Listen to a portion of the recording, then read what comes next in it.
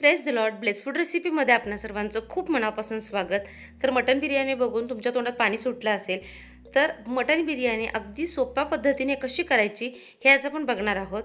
Chicken biryani तरी बनवायला सोपी असते, पण मटण बिर्याणी बनवताना बऱ्याच लोकांना बरेच प्रश्न येतात आणि बऱ्याच लोकांची रिक्वेस्ट देखील होती की मटण बिर्याणीची रेसिपी दाखवा.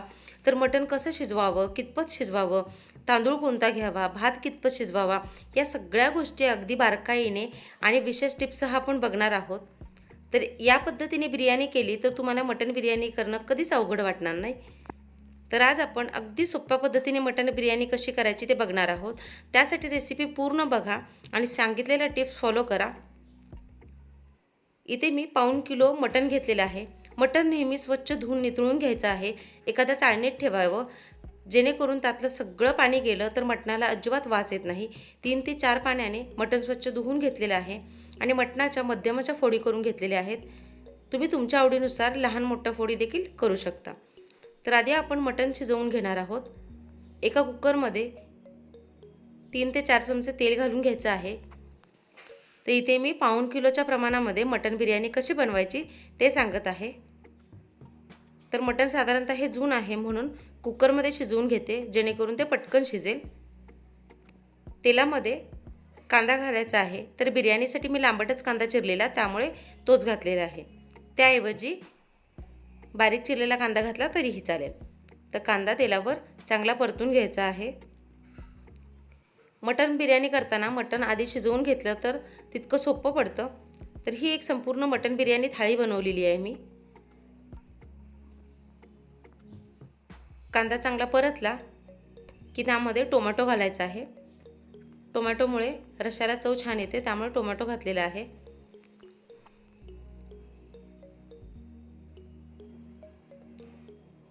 टोमॅटो घालून थोडा वेळ झाकून ठेवायचं, म्हणजे टोमॅटो छान सॉफ्ट होतो.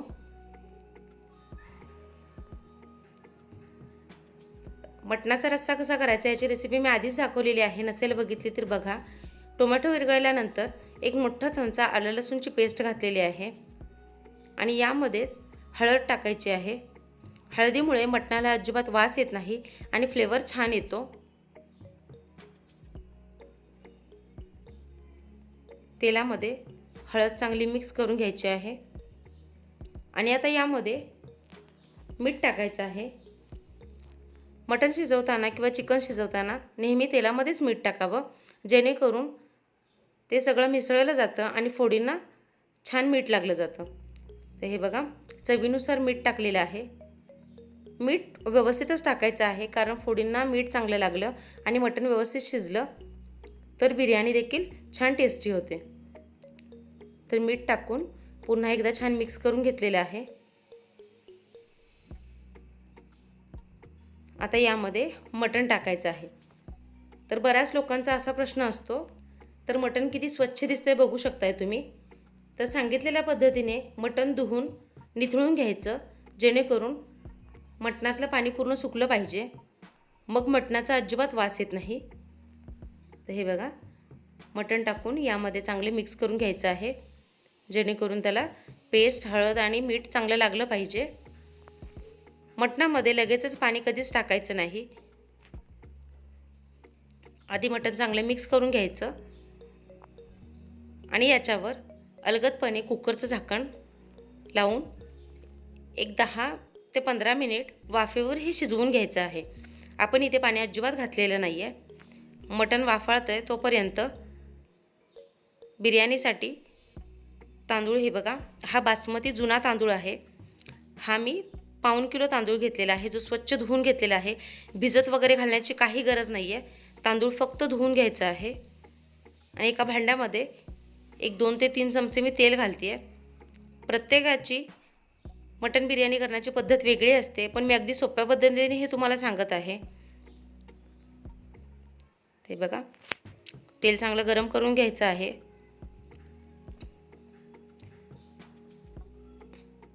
तर मटणाला पाणी देखील छान सुटलेलं आहे. तर मी एकाच वेळेस सगळं दाखवते आहे. तर मटणाचा रंग बदललेला आहे आणि आपण पाणी घातलं नव्हतं, त्याला पाणी छान सुटलेलं. आता यामध्ये गरम पाणी घातलेलं आहे. मटणामध्ये थंड पाणी घालायचं नाही आहे. तर दुसऱ्या भांड्यात मी पाणी गरम करून घेतलेलं ते पाणी घातलेलं आहे आणि आता पुन्हा याला झाकण लावायचं आहे आणि एक 3 ते 4 शिट्टी करून घेणार आहे. तर मटण कोवळं आहे की जून आहे यावर त्यासाठी लागणारा वेळ आहे शिजण्यासाठी. तरी ते माझ्याकडे साधारणतः जुनसर मटण होतं, त्यामुळे मी ते 4 शिट्टी करून घेणार आहे. तर मटण शिजतंय तोपर्यंत आपण पुढची कृती बघूयात. तेल तापलंय, तेलामध्ये पुदिन्याची पानं टाकलेली आहेत. तर पुदिना मी धुवून कोरडा करून घेतलेला. तर अशा पद्धतीने ज्यावेळेस आपण भात फोडणी घालतो किंवा बिर्याणीसाठी तांदूळ शिजवून घेतो, त्याचा फ्लेवर खूप छान लागतो. मोठे तुकडे करून घेतलेल्या मिरच्या घेतलेल्या आहेत आणि तेलामध्येच कोथिंबीर टाकलेली आहे. तर हे पुन्हा छान मिक्स करून घ्यायचं आहे.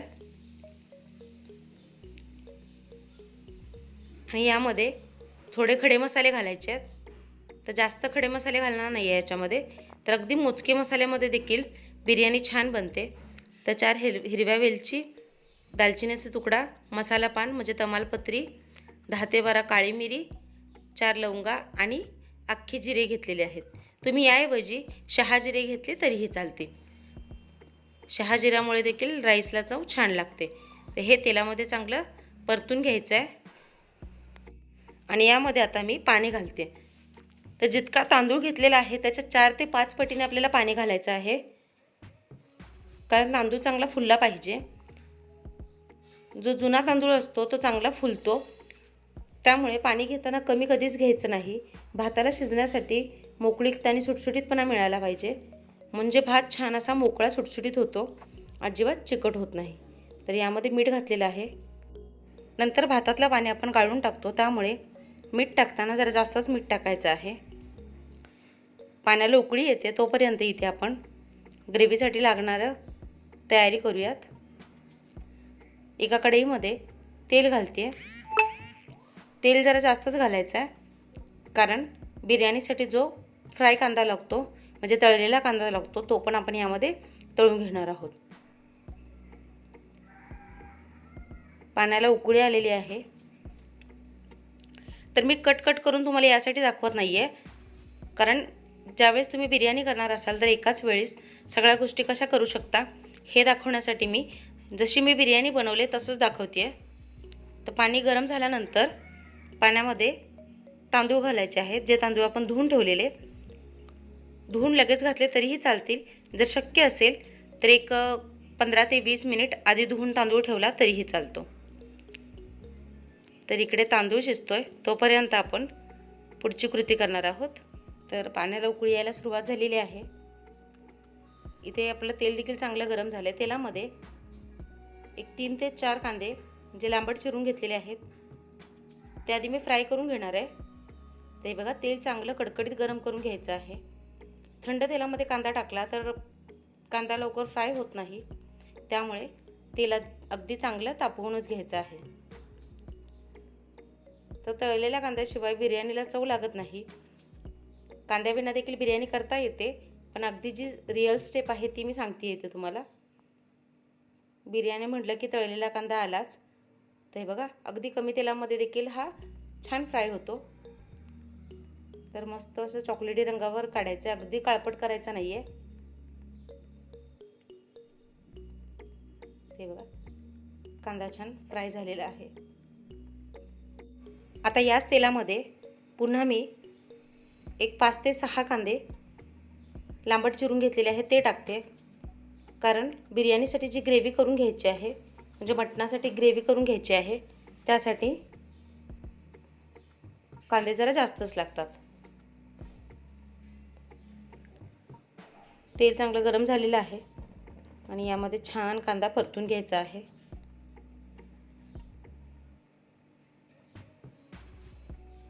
बिर्याणीसाठी कांदा वगैरे जास्तच लागतो.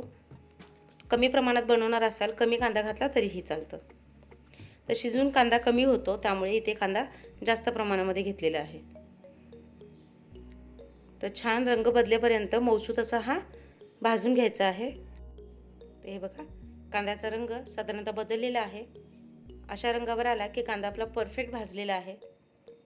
आता यामध्ये 1-2 टोमॅटो लांबट चिरलेले घातलेले आहेत. कांद्याच्या प्रमाणानुसार टोमॅटोचं प्रमाण खूप कमी घ्यायचं आहे. तर जवळपास मी इथे मोठे कांदे घातलेले, त्यासाठी 2 टोमॅटो घातलेले आहेत, कारण यामध्ये आपण दह्याचा देखील वापर करणार आहोत, त्यामुळे टोमॅटो कमीच घालायचा आहे. टोमॅटो देखील छान विरघळू देत, थोडा वेळ झाकून ठेवायचं.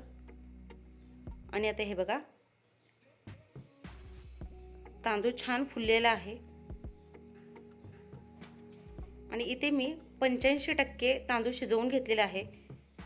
तर हे बघा, तांदूळ कडक आहे पण पूर्णपणे भात शिजतच आलेला आहे. तर कधी कधी काय होतं, बिर्याणी सुटसुटीत खायला छान लागते, पण तांदूळ जर कडक असेल तर मग तेवढी मजा येत नाही. त्यामुळे तांदूळ सुटसुटीत देखील राहायला पाहिजे आणि छान सॉफ्ट देखील राहायला पाहिजे. तर जवळपास 85% तांदूळ शिजवून घेतलेला आहे. थोडीशी कसर बाकी आहे त्याच्यात, ती नंतर वाफेवर आपण शिजवणार आहोत. तर हे बघा, एका चाळणीमध्ये मी काढून गाळून घ्यायचं आहे.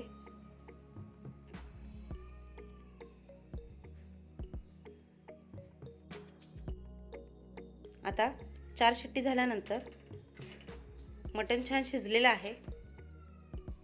खूपही गिरगिरीत मटण आपल्याला शिजवून घ्यायचं नाही आहे. तर बघा, मटण अगदी परफेक्ट शिजलेलं आहे. मटण शिजून झालेलं आहे आणि टोमॅटो देखील छान विरघळलेला आहे. तर बघा, कांदा आपण किती घातलेला आणि तो शिजून किती कमी झालेला आहे ते. आता यामध्ये आलं लसूण पेस्ट आहे, जी 2 मोठे चमचे घालणार आहे. तर मटण शिजवताना थोडे आलं लसूण पेस्ट घातलेली, त्यामुळे त्या अंदाजे ते घालायचे आहे. ग्रेव्ही देखील छान झाली पाहिजे, तरच बिर्याणीला चव छान येते. तर 2 चमचे आलं लसूण पेस्ट घातलेलं आहे आणि इथे मी कोल्हापुरी कांदा लसूण चटणी वापरते, म्हणजेच कोल्हापुरी मसाला वापरते, त्यामुळे रंगही छान येतो आणि चवही छान लागते. तर 2 मोठे चमचे कोल्हापुरी चटणी टाकलेली आहे आणि आता इथे मी 1 चमचा मिरची पावडर, म्हणजे बुक्का आहे हा बेडगी मिरचीचा, तो घातलेला आहे, त्यामुळे देखील फ्लेवर छान येतो. तर ते हे सगळं घालून छान मिक्स करून घ्यायचं आहे. तर रंग बघू शकताय तुम्ही किती सुंदर आलाय ते. चटणी छान परतून घ्यायची आहे तेलात. आणि आता इथे मी अर्धी वाटी दही वापरत आहे. तो 2 टोमॅटो घातले, त्यामुळे अर्धी वाटी दही घेतलेलं आहे. काही लोकांना दही खायला जास्त आवडतं, तर तुम्ही 1 वाटी दही घेतली तरीही चालेल. दही घेताना खूपही आंबट घ्यायचं नाही आहे. तर छान मलईदार अर्धी वाटी दही मी घातलेलं आहे इथे. दही घालून छान याला तेल सुटू द्यायचं आहे.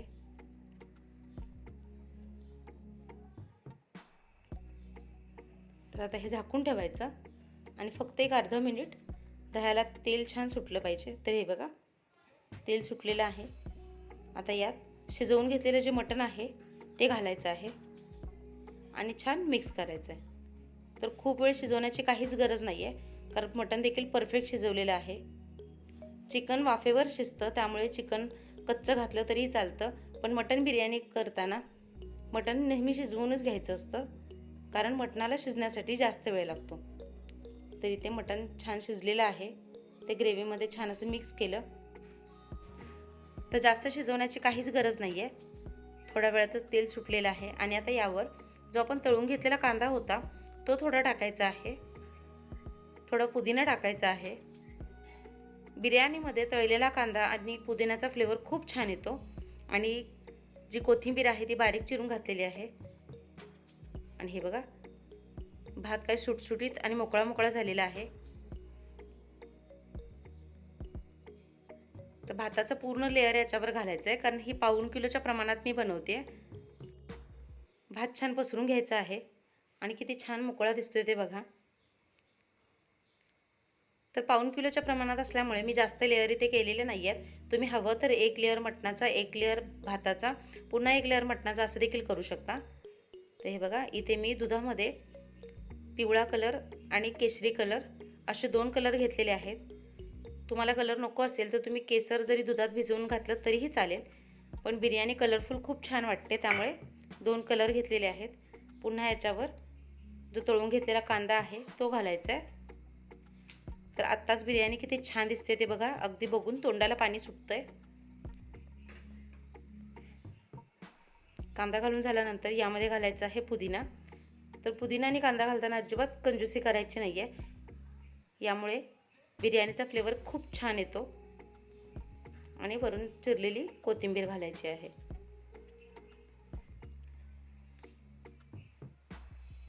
आणि आता हे झाकून ठेवायचं. तर बिर्याणी जवळपास झालेलीच असते, फक्त त्याला एक वाफ देण्याची गरज असते, म्हणजे आपण दम म्हणतो. तर इथे मी पीठ वगैरे काही लावणार नाही आहे. तवा ठेवलेला आहे चपातीचा आणि तवावर कढई ठेवायची बिर्याणीची आणि एक 10 मिनिटांसाठी छान वाफवून घ्यायची आहे. डायरेक्ट आचेवर न ठेवता तव्यावर ठेवल्यास बिर्याणी छान मोकळी सुटसुटीत होते आणि अजिबात करपत वगैरे नाही. तर हे बघा, एक 10 मिनिट मंद आचेवर ठेवल्यानंतर बिर्याणी परफेक्ट झालेली आहे. पुदिनाचा आणि कोथिंबीरीचा रंग साधारणतः बदललेला आहे आणि बघा छान वाफा निघत आहेत, म्हणजे आपली बिर्याणी मस्त तयार झालेली आहे. भात किती सुटसुटीत दिसतोय ते बघा आणि ग्रेव्ही देखील छान झालेली आहे. तर ताटामध्ये तुम्हाला मी वाढून दाखवते. बिर्याणी अजिबात खालून करपलेली नाही आहे, तर एक शीत मोकळी अशी बिर्याणी आणि ग्रेव्ही देखील छान झालेली आहे. मटण छान शिजलेलं आहे. तर किती सुंदर दिसते ते बघा. तांदळाचा एकही कण तुटलेला नाही आहे. तर अशा सोप्या पद्धतीने झटकीपट मटण बिर्याणी कशी करायची ते दाखवलेलं आहे. एकदा या पद्धतीने नक्की करून बघा. तुमचा अनुभव माझ्यासोबत शेअर करा. आणि खरंच बिर्याणी चवीला खूप छान लागते. इतक्या प्रमाणात बनवली तर अगदी 7 ते 8 लोक आरामात खाऊ शकतात. प्रत्येकाचं खाण्याचं प्रमाण वेगवेगळं असू शकतं, पण सर्रास अगदी 7 ते 8 माणसं आरामात यामध्ये खाऊ शकतात. आणि जो काही मटण शिजवून घेतलेला स्टॉक होता, म्हणजे मटणाचं पाणी होतं, त्याचा झणझणीत हा तांबडा रस्सा देखील केलेला आहे. या व्हिडिओमध्ये दाखवला असता तर रेसिपी खूप मोठी झाली असती, त्यामुळे याचा व्हिडिओ मी आधीच शेअर केलेला आहे. नसेल बघितलं तर नक्की बघा. मटण बिर्याणीसोबत रायतं किंवा दह्याची कोशिंबीर छान लागते, पण मी इथे कांदा टोमॅटो स्लाईसमध्ये घेतलेले आहेत. तर अगदी झटकीपट, अगदी कोणतीही तयारी नसेल तरीही तुम्ही ही बिर्याणी आरामात बनवू शकता. नक्की ट्राय करून बघा. चॅनलवर नवीन असाल तर सबस्क्राईब करा, लाईक करा, शेअर करा. सगळ्यात महत्त्वाचं म्हणजे जी काही बेलायकन दिसते म्हणजेच घंटी दाबायला अजिबात विसरू नका. भेटूया अशाच एका नवीन आणि पारंपरिक रेसिपीसह. तोपर्यंत स्वस्त रहा, मस्त खा आणि माझे व्हिडिओ बघत राहा. दाखवलेल्या रेसिपी नक्की ट्राय करून बघा. तर बघा, अशा पद्धतीने मटण बिर्याणी थाळी तयार झालेली आहे. घरीच करून सगळ्यांना नक्की खुश करा.